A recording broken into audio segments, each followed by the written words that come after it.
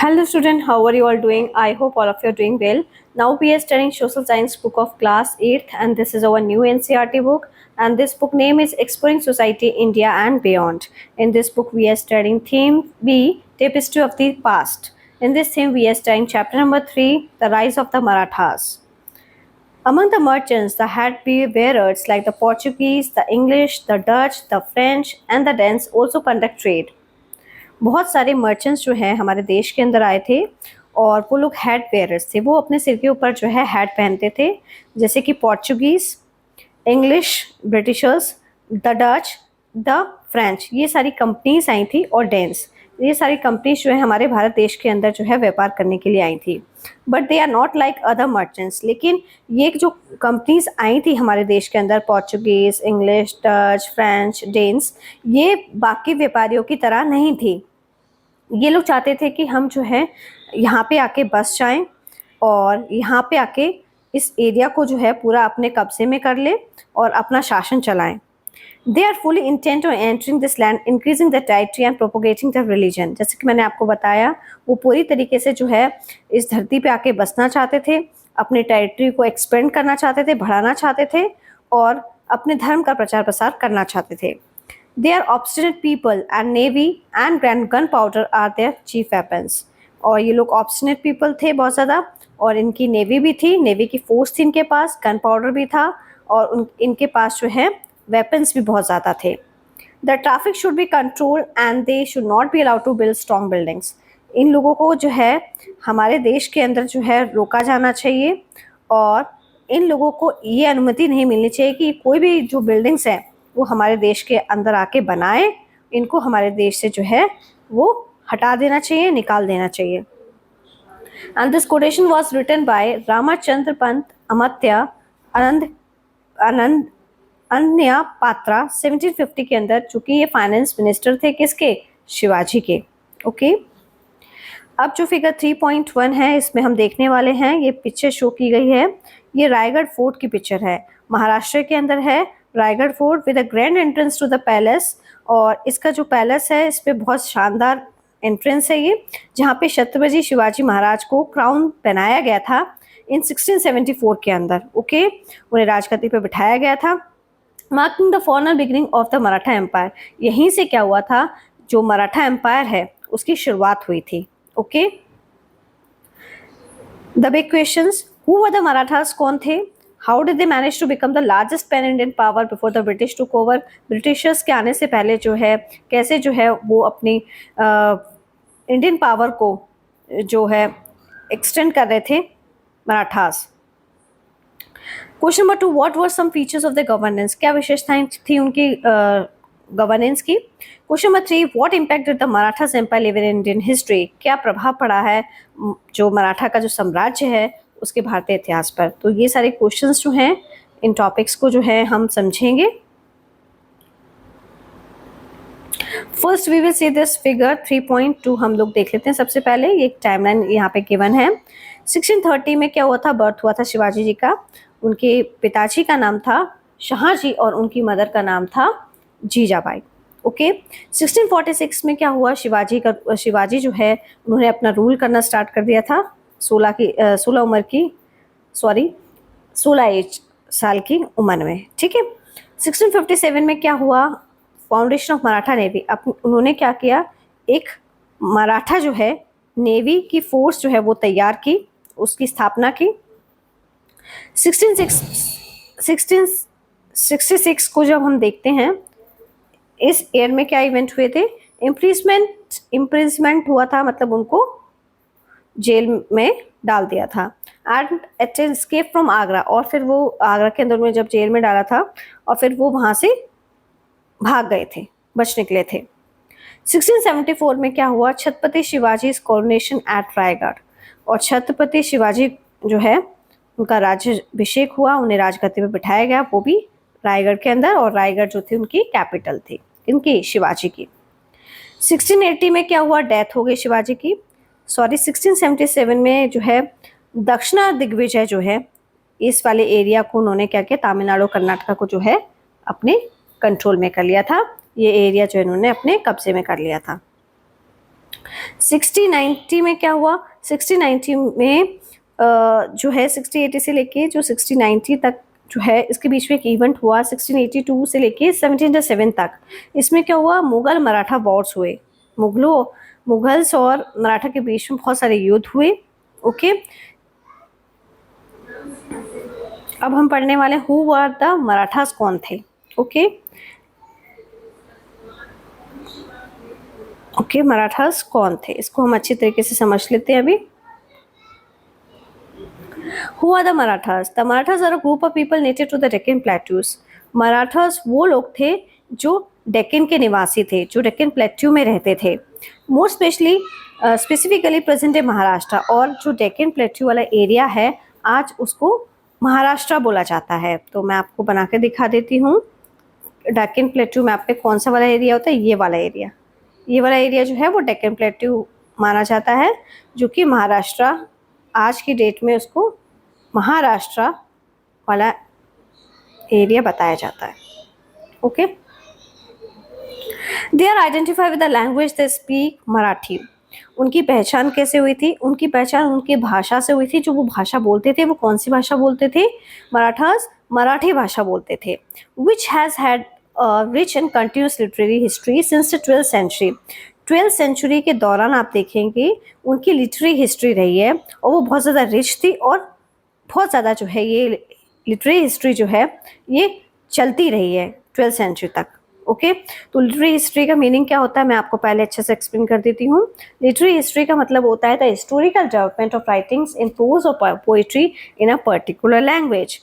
मतलब जो डेवलपमेंट हो रहे थे राइटिंग्स के फील्ड में, वो प्रोज बनाए जा रहे थे और बहुत सारी पोइट्री लिखी जा रही थी, और एक पर्टिकुलर लैंग्वेज में लिखी जा रही थी। तो इस तरीके का जो विकास हो रहा था, लैंग्वेज डेवलपमेंट जो हो रहा था, उसको हम लिटरेरी हिस्ट्री बोलते हैं।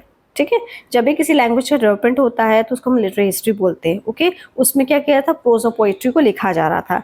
तो ये सिंस 12th सेंचुरी के दौरान हमें देखने को मिला था। ये बहुत ज़्यादा रिच और कंटिन्यूस चलता रहा था। Okay, in this chapter we will see them rise as a powerful political entity that will alter the course of India's history. इस चैप्टर के अंदर हम एक चीज़ पढ़ने वाले हैं, इस चैप्टर के अंदर ये चीज़ पढ़ेंगे कि बहुत सारी पावरफुल पॉलिटिकल एंटिटी आई और उन्होंने क्या किया, भारत के इतिहास को बदल के रख दिया। ठीक है, During the 13th century, most of the Maharashtra was ruled by Yadava dynasty with Devagiri. Present day Daulatabad. Devagiri जो है इसको आज दौलताबाद के नाम से जाना जाता है। तो 13th सेंचुरी के दौरान क्या हुआ, बहुत सारे महाराष्ट्र जो एरिया है वहाँ पे जो है महाराष्ट्र वाले एरिया पे जो रूल किसका चल रहा था, वहाँ पे यादवा डायनेस्टी का सबसे ज़्यादा रूल चल रहा था। ज़्यादा से ज़्यादा महाराष्ट्र के एरिया पे यादव डायनेस्टी जो है वो शासन कर रही थी। ओके, और अभी जो है मैं आपको ये दिखा देती हूँ, ये फिगर 3.3 पे संत रामदास जो है इनकी पिक्चर को शो किया है। ये शिवाजी महाराज के गुरुजी थे, और इन्होंने जो है डिसिप्लिन, डिवोशन और स्ट्रेंथन का पार्ट जो है, ये वैल्यूज़ जो है शिवाजी महाराज को सिखाई थी। पोस्टल स्टैम्प शोइंग करिए संत तुकाराम, इनकी पिक्चर शो की गई है पोस्टल स्टैम्प पे। ये संत तुकाराम है, और इन्होंने कुछ वैल्यूज़ जो हैं वो सिखाई थी, जैसे कि इक्वालिटी, सिंपल डिवोशन और सोशल हार्मनी जैसी वैल्यूज़ जो हैं वो शिवाजी महाराज को भी सिखाई थी। In the early 14th century, the Yadav dynasty was overcome by the Khilji सल्तनत फ्रॉम दिल्ली। 14th सेंचुरी के शुरुआत में क्या हुआ, जो यादव डायनेस्टी जो थी, जो महाराष्ट्र में जो रूल कर रही थी, उसको हरा दिया खिलजी सल्तनत ने फ्रॉम दिल्ली से। ठीक है, एट मिडिस्ट सच पॉलिटिकल चेंजेस, बहुत सारे पॉलिटिकल चेंजेस देखने को मिल रहे थे, बहुत सारी पॉलिटिकल इंस्टेबिलिटी हो रही थी, कभी कोई पावर आ रही थी वो जीत जाती थी। तो इस तरह के बहुत सारे चेंजेस इस पीरियड के दौरान देखने को मिले थे 14th सेंचुरी के दौरान। द कल्चरल ट्रेडिशंस कंटिन्यू, लेकिन जो कल्चरल ट्रेडिशंस था वो जारी रहा काफ़ी समय तक, पर्टिकुलर दोस्त रिलेटेड टू द भक्ति डिवोशन। और जो कल्चरल ट्रेडिशन था वो किससे संबंधित था, भक्ति से संबंधित था। डिवोशन टू द डिवाइन, आप किसी भी भगवान के प्रति जो है बिल्कुल समर्पण है, और अ पर्टिकुलर डाइटी, और हो सकता है कि आपने कोई अपना ही खुद का जो आपको पसंद है उस deity को माना हो। उस तरीके की भक्ति जो है यहाँ पे देखने को मिली थी। जैसे कि कोई शिव का भक्त था, तो कोई उस टाइम पे विष्णु का भक्त रहा हो, ठीक है, कोई लॉर्ड कृष्णा का भक्त था। Between the 7th and 17th century, for spiritual upliftment, saints and seekers from several parts of India preferred the path of bhakti to merely external ritualism. 7th century से लेके 17th century के दौरान spiritual upliftment देखने को मिला। उस समय आप देखें भक्ति भाव जो है वो बहुत ज़्यादा था उस टाइम पे, उसको बहुत ज़्यादा तीव्र, मतलब इस तरीके के बहुत सारे आंदोलन चलाए जा रहे थे। बहुत सारे संत थे और सीकर्स थे, वो अलग अलग पार्ट्स ऑफ इंडिया से आए और उन्होंने जो है भक्ति का पाथ अपनाया और उसे एक्सटर्नल रिचुअलिज्म की तरफ बताया है।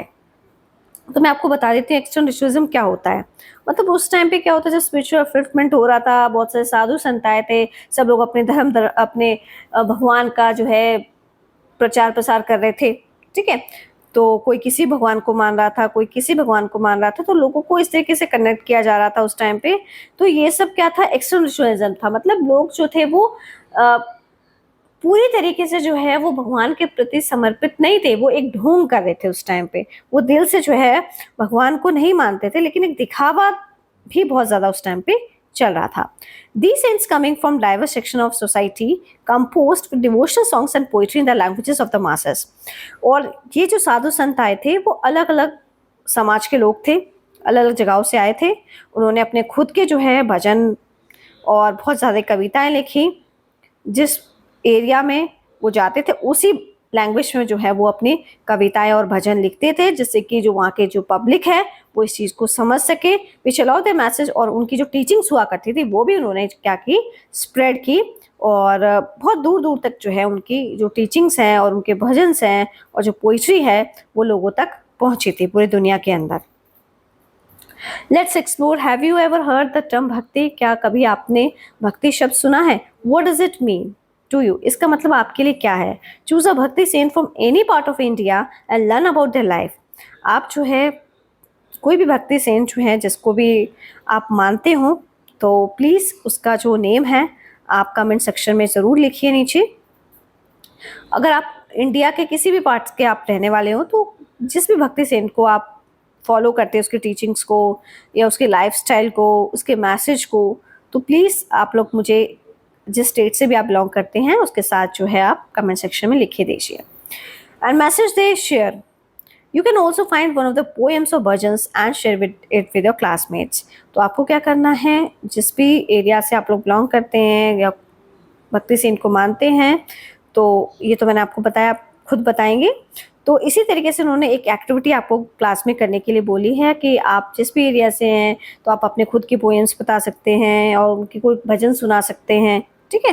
और ये सब आपको क्या करना है, क्लासमेट्स के साथ, अपने जो क्लास के सहपाठी के साथ आप शेयर कर सकते हैं अपने इस तरीके के व्यू पॉइंट्स को, ओके।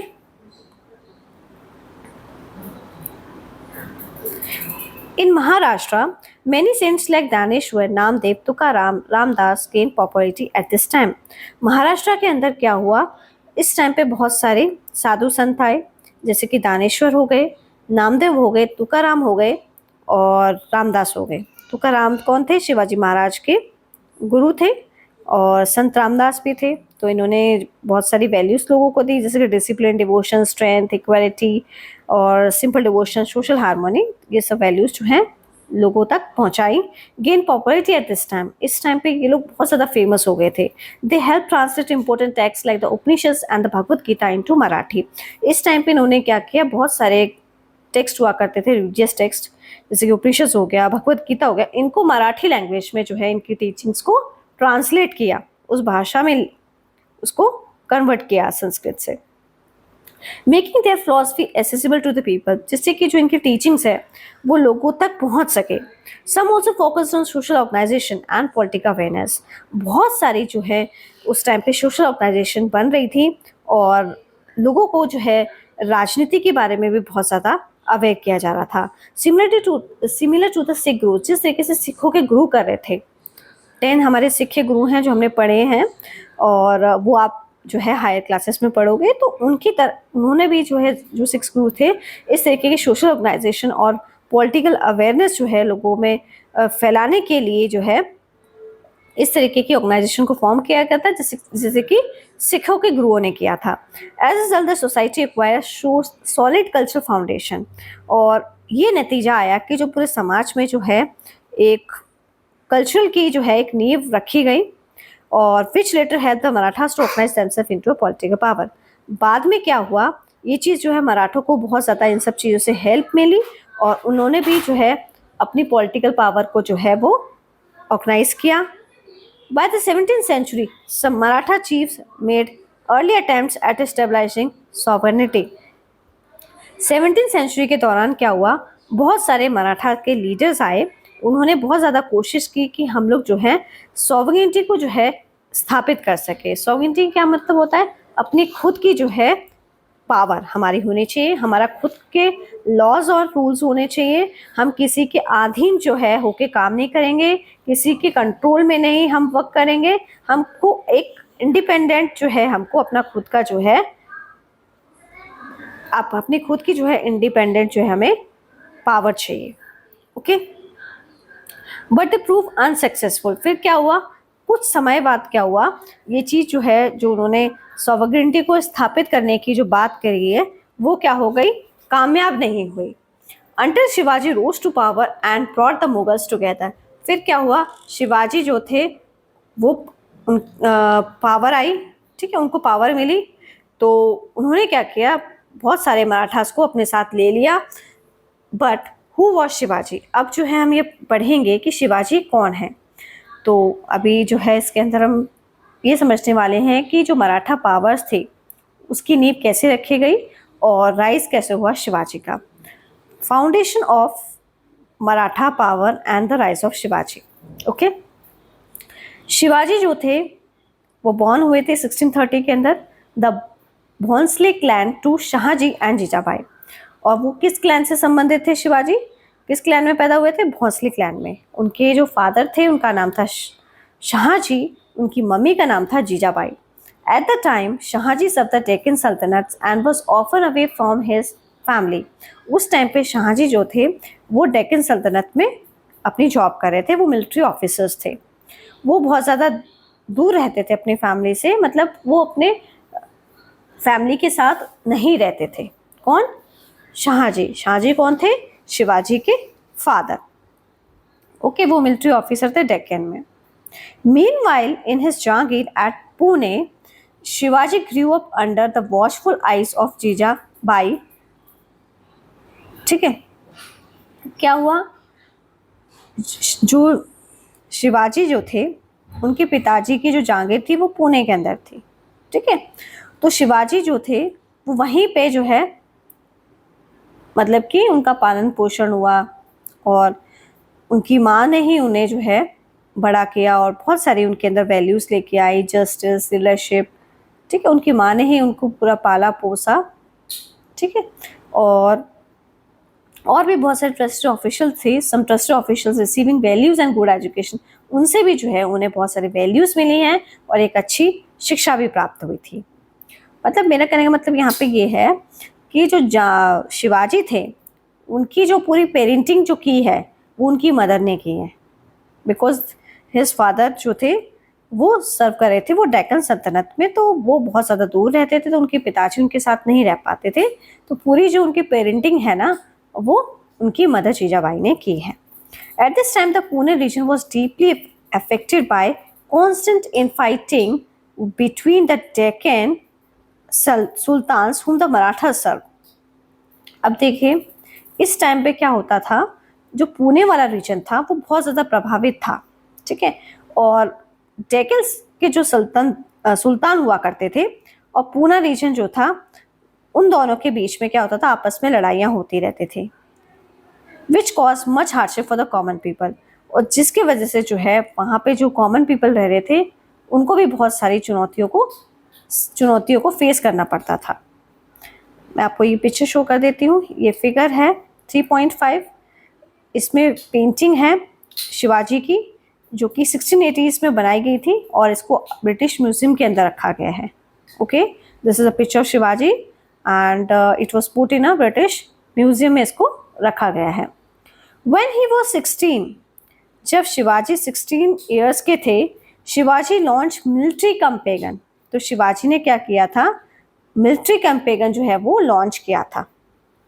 ठीक है, पहली बार जो है उन्होंने मिलिट्री कैंपेगन जो है वो लॉन्च किया था। First consolidating his hold over the Pune region के ऊपर किया था। कैसे किया था, पहली बार किया था पुणे रीजन के ऊपर bye capturing neglected and unoccupied forts. उन्होंने क्या किया, ऐसे किले जो किसी के कब्जे में नहीं थे, जिसका किसी का इसके ऊपर कभी ध्यान ही नहीं गया, किसी ने इस चीज को कभी सोचा ही नहीं इसके बारे में, तो ऐसे जो है किलों को उन्होंने अपने कब्जे में किया और वहां पे उन्होंने क्या किया, अपनी डिफेंस, अपनी फोर्सेस को जो है स्ट्रांग बनाया। ठीक है, उसको तैयार किया, स्ट्रेंथन किया। His vision of a sovereign kingdom और स्वराज्य ग्रीव ओवर द ईयर्स। और उनका एक सपना था कि मुझे अपना खुद का जो है सॉवरेन किंगडम जो है मैं चाहता हूँ और स्वराज्य चाहता हूँ। Grew over the years extended to political, economic and cultural aspects. वो चाहते थे मेरा खुद का सॉवरेन किंगडम हो जिसमें मुझे जो है पॉलिटिकल मीन्स राजनीतिक तौर पे, इकोनॉमिक मीन्स आर्थिक, कल्चर मीन्स सांस्कृतिक तौर पे क्या हो, मुझे आज़ादी हो। ठीक है, which we will explore in this chapter, जिसके बारे में जो हम इस चैप्टर में समझेंगे। तो सॉवरेन किंगडम चाहते थे, वो किसी की गुलामी में जो है रह के जो है काम नहीं करना चाहते थे, वो अपने खुद के रूल्स और रेगुलेशंस बनाना चाहते, अपना खुद का साम्राज्य जो है वो बनाना चाहते थे। कौन, शिवाजी।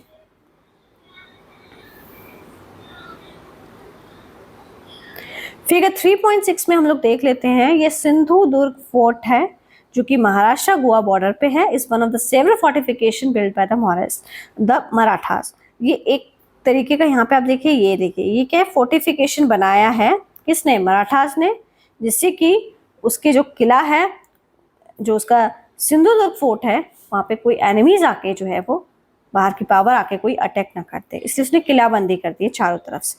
ओके, जो कि कहाँ है, ये महाराष्ट्र गोवा बॉर्डर के ऊपर है। Shivaji kingdom soon expanded to India's west coast. अब शिवाजी का जो किंगडम था ये इंडिया के वेस्ट कोस्ट पे भी फैला हुआ था। And to secure access to the resources of coastal regions, और वो जो रिसोर्सेज कोस्टल रीजन्स में पाए जाते थे वहां तक पहुंचना चाहते थे। He felt the need to establish a navy. फिर उन्हें ऐसा एहसास हुआ कि हमें जो है अपनी खुद की जो है नेवी फोर्स जो है वो तैयार करनी चाहिए। ये किसको रियलाइज हुआ था, शिवाजी को। This was a truly revolutionary step at the time. अब जब शिवाजी को ऐसा रियलाइज हुआ कि मुझे अपनी खुद की नेवी फोर्स स्थापित करनी है, तो ये बहुत बड़ा क्रांतिकारी कदम जो है देखने को मिला था। बाय कंपैरिजन द बीजापुर सल्तनत rule by the Adil shahi dynasty. Bijapur में जो किंगडम था, बीजापुर वाला एरिया, वहाँ पे जो है आदिल शाही डायनेस्टी जो है वो रूल कर रही थी। मेंटेन मर्चेंट शिप्स, उसने अपने मर्चेंट के शिप्स को, पानी वाले जहाज में जो शिप्स वगैरह होते थे उनको अच्छी तरीके से मेंटेन कर रखा था। But did not possess a full time naval force which could protect the coast. लेकिन उनके पास जो है ऐसी नेवल फोर्स नहीं थी जो पूरी तरीके से जो है कोस्ट वाले एरिया को प्रोटेक्ट कर सके। Even the Mughal empires use of a navy was very limited. लेकिन जो मुगल साम्राज्य था उसके पास भी नेवी की फोर्स जो थे वो बहुत ज़्यादा सीमित थे, इतने ज़्यादा सोल्जर्स नहीं थे उनके पास। Thus the Maratha navy was born whose exports became legendary. फिर क्या हुआ कि मराठा ने अपनी खुद की नेवी बनाई और ये लोग जो है वो लेजेंडरी बन गए। To protect his people from powerful enemies, लोगों को बचाने के लिए महान, बहुत ज़्यादा स्ट्रॉन्ग पावरफुल एनिमीज हुआ करते थे, तो लोगों की सुरक्षा के लिए शिवाजी ने क्या किया, recourse to the tactic of guerrilla warfare. उन्होंने क्या किया, गोरिल्ला वॉरफेयर से क्या किया, लड़ाई लड़नी शुरू करी। ठीक है, इस तरीके से युद्ध करना शुरू किया, लोगों को बहुत शक्तिशाली जो आक्रमणकारी थे, जो दुश्मन थे, उनसे बचाने के लिए उन्हें गोरिल्ला वॉरफेयर की टेक्निक से लोगों को बचाया। Which uses small groups of people in a focused way।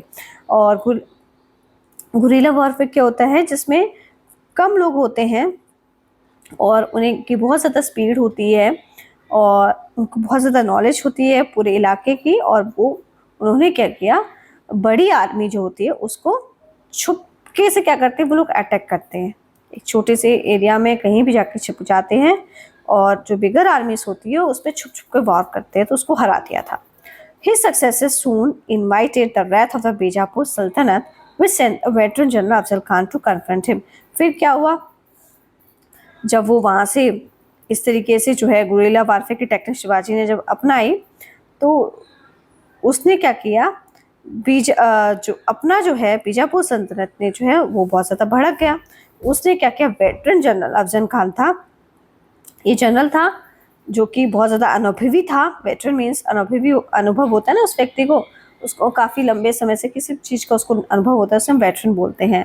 तो जनरल अफजल खान जो था उसको भेजा कि तुम जाओ और शिवाजी का सामना करो, उससे युद्ध करो, उससे लड़ाई लड़ो।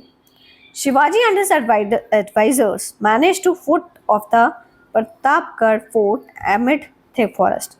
शिवाजी जो था उसने क्या किया, अपने सलाहकारी को बुलाया और उनसे कहा कि तुम अफजल खान को जो है मना लो कि तुम मुझसे मीटिंग आके कर लो, वो भी प्रतापगढ़ जो फोर्ट है ना, और वहाँ पे बहुत ज़्यादा घना जंगल है, उस एरिया के पास आ जाओ, वहाँ पे हम लोग एक मीटिंग करेंगे। तो इस तरीके से शिवाजी ने जो है अपने एडवाइजर्स को बताया और उनको बोला कि तुम जाओ और इस तरीके से जो है अफजल खान को समझाओ, कन्विंस करो। दे शिवाजी किल अफजल खान, फिर शिवाजी ने क्या किया, अफजल खान को मार दिया, मर गया वो। And the Marathas hidden in the mountains routed the Khan's army with guerrilla attacks. जो मराठास माउंटेन्स में छिपे हुए थे उन्होंने क्या किया, गुरिल्ला अटैक्स किए किसके ऊपर, अफजल खान की आर्मी के ऊपर, उनको भी मार गिराया। Okay, don't miss out, this is an important information. The वाघ नख is a small weapon shaped like a tiger's claw. वाघ नख जो है ये जो है एक वेपन होता है, स्मॉल वेपन है ये। इसकी शेप जो होती है वो टाइगर्स के क्लॉ होते हैं ना, पंजे, उस तरीके की होती है। फिर Shivaji use to kill Afzal Khan in close combat, जिसका शिवाजी ने यूज किया था अफजल खान को मारने के लिए। आप देखिए इसमें किस तरीके से क्लॉज बन रखे हैं। Okay,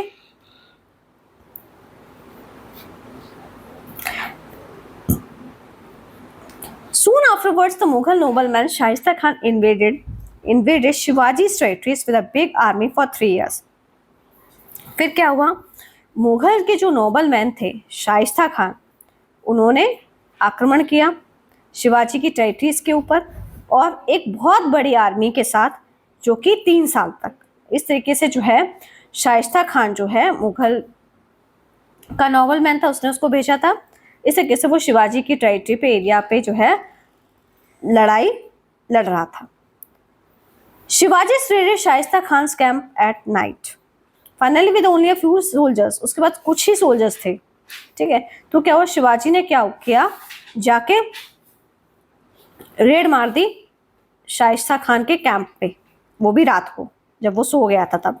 the Khan barely escape from the raid, और खान जो था, शाइस्ता खान जो था, वो बच गया इस रेड से, लेकिन उसकी जो कुछ उंगलियां थी उनको कुछ कट गई थी या कुछ चोट वगैरह लग गई थी, उसको नुकसान हो गया था।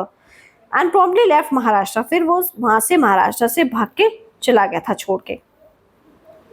This daring raid resembles the modern day surgical strike, और इस तरीके की जो ड्रेयरिंग रेड थी ना, ये क्या बताती है, ये सर्जिकल स्ट्राइक के बारे में बताती है।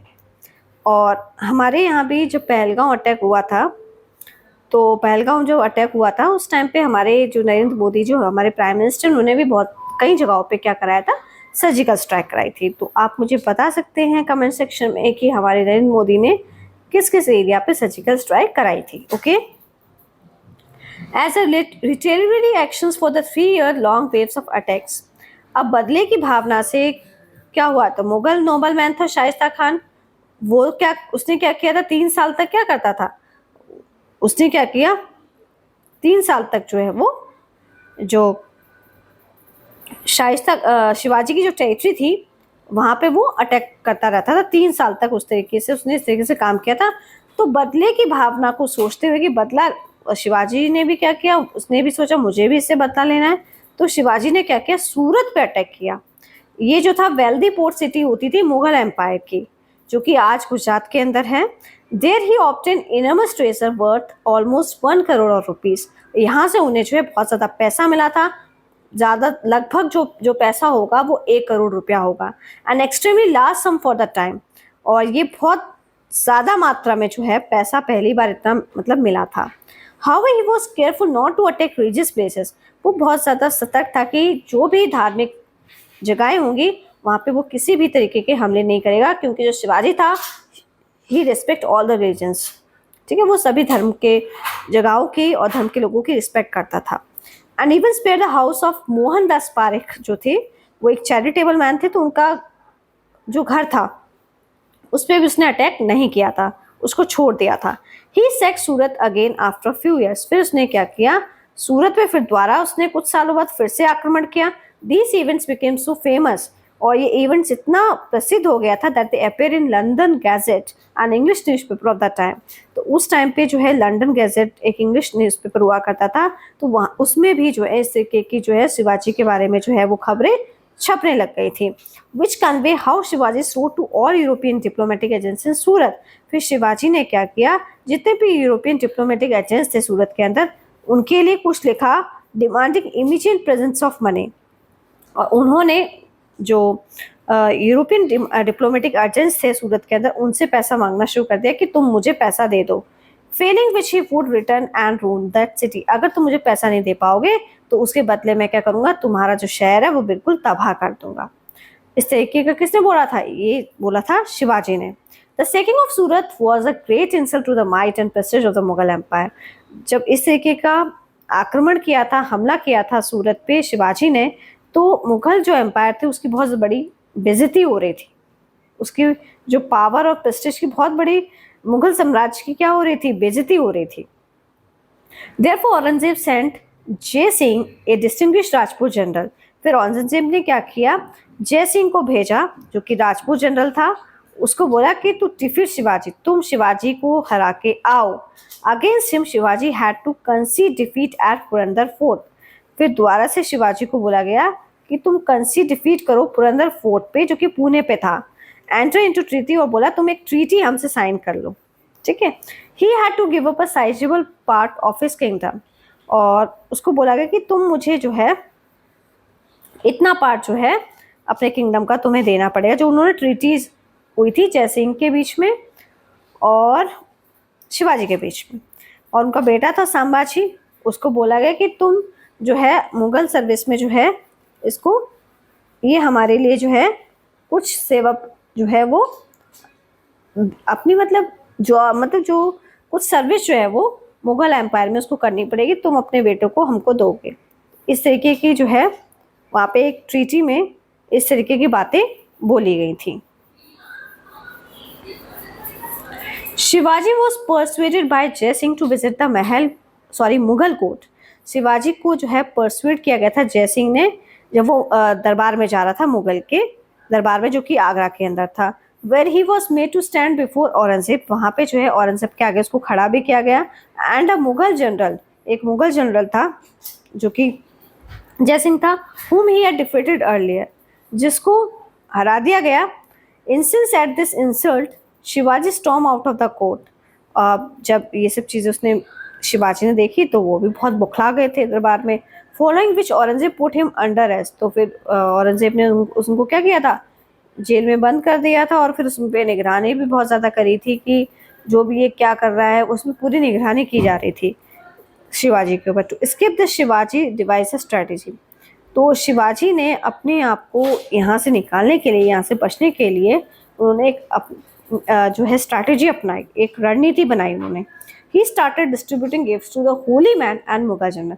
उन्होंने क्या किया, कुछ गिफ्ट इशू कर दिए होली मैन को, मुगल जनरल्स को। The gifts often contain fruits and sweets packed in baskets. और जो गिफ्ट्स होते थे उसमें क्या होता था, फल होते थे और मिठाइयाँ होती थी जो एक बड़ी टोकरियों में पैक हो के जाती थी। The guards initially check them, जो गार्ड्स हुआ करते थे पहले तो उनको शक हो रहा था कि कहीं कुछ ऐसा तो नहीं है, ये कुछ ऐसा कर रहा हो कि हम लोग को मारने के लिए कर रहा हो या हम लोग मर जाएं और मैं यहाँ से भाग निकलूँ। पहले तो वो लोग चेक करते थे, but soon stop doing so, लेकिन फिर उन्होंने बाद में जो है चेकिंग करना ही बंद कर दी थी. Expecting this Shivaji and his son Sambhaji hid themselves in the basket and made escape. तो फिर क्या हुआ, शिवाजी और उसका जो बेटा था संभाजी, उन्होंने अपने आप को बास्केट में छुपा के उस बास्केट के अंदर बैठ गए और छुपा के जो है वो वहां से निकल आए. Aurangzeb could never capture Shivaji again. फिर उसके बाद क्या हुआ, औरंगजेब कभी भी शिवाजी को पकड़ नहीं पाया. एक फिगर है, ये शो की गई है 3.8. एक court scene with Shivaji on his throne. ये कोर्ट का सीन है, शिवाजी अपनी गद्दी पे बैठे हैं, रिसीविंग विजिटर्स, बहुत सारे विजिटर्स आ रहे हैं उनके पास, जो कि पैनल छत्रपति शिवाजी महाराज पार्क मुंबई का है. जब मतलब कि जो छत्रपति शिवाजी महाराज जो हैं वो मतलब कि वो रायगढ़ जो है उनकी कैपिटल थी, वहाँ पे उन्हें थ्रोन मिला था, तो वहाँ पे राजगद्दी में बैठ गए थे. तो उसके वो उस दरबार का सीन है ये पूरा. Okay. A few years later, in 1674, Shivaji was coronated with full Vedic rites at the strong mountain fortress of Raigad.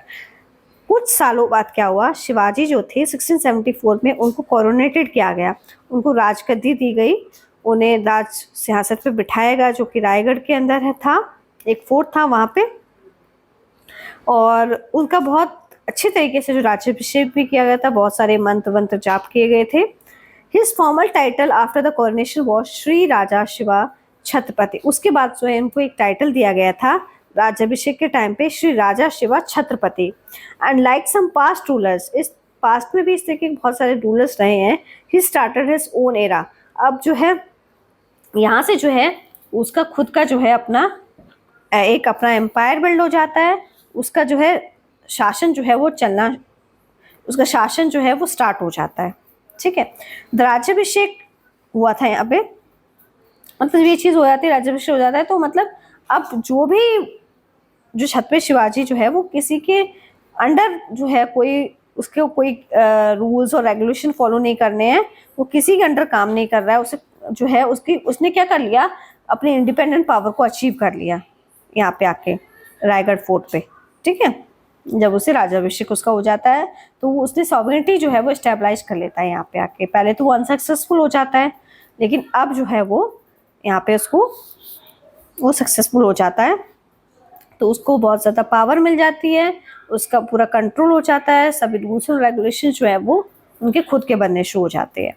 After the Shivaji embark upon a conquest of the south, also refer to as Dakshin Digvijay. फिर क्या होता है, जो शिवाजी होता है ना, दक्षिण दिग्विजय वाले पार्ट पे जो है वो कंट्रोल करना शुरू कर देता है. Which included the important and then ill defended region, जो कि जो है बहुत मुश्किल है, और ऐसा रीजन है, ये जो रीजन है ना वो आज के टाइम पे नॉर्दर्न तमिलनाडु और पार्ट्स ऑफ कर्नाटका वाला एरिया है, जिसको कि हम फिगर 3.9 में देखेंगे. इस पे भी क्या किया, शिवाजी ने जो है अपना कंट्रोल करना शुरू कर दिया साउथ में. This south extension later gave the Marathas great strategic depth against the Mughal invasion. फिर क्या हुआ, ये जो सदर्न एक्सटेंशन हो रहा था शिवाजी का, ये मराठास को जो है बहुत ज़्यादा स्ट्रॉन्ग कर रहा था, स्ट्रेंथन कर रहा था. किसके अगेंस्ट, मुगल इन्वेशन के अगेंस्ट, जो मुगल के आक्रमणकारी थे उनके अगेंस्ट. डोंट मिस आउट, एक इम्पॉर्टेंट इंफॉर्मेशन है. While in the south Shivaji forbid the Dutch from trading slaves. South में क्या हुआ, शिवाजी जो थे वो मना कर रहे थे डच को ट्रेडिंग स्लेव्स के लिए. एट द टाइम, उस टाइम पे क्या हुआ, मोस्ट यूरोपियंस वर कैप्चरिंग, बहुत सारे यूरोपियंस को कैप्चर किया जाता था, कैप्चरिंग करते थे, and selling Indians as slaves, और वो इंडियन को बंदी बनाते थे. And encountered no opposition from Indian powers, और इस तरीके का कोई इनकाउंटर नहीं कर रहा था, कोई अपोजिशन नहीं हो रहा था इंडियन की पावर्स से, अनटिल शिवाजी इंटरवेन. तो क्या हुआ, शिवाजी आए, उन्होंने इंटरवीन किया, इस चीज़ को रोका कि हमारे देश के जो लोग हैं उनको जाके स्लेव बना के जो है दूसरे कंट्री में जाके बेचा जा रहा था, तो इस चीज़ को शिवाजी ने रोका. His stance on this abuse show his deep concern for his subject. तो ये चीज़ दिखाती है कि जो शिवाजी थे वो ह्यूमैनिटी के प्रति जो है बहुत ज़्यादा वफादार थे, और वो काइंड हार्टेड थे लोगों के प्रति. ओके.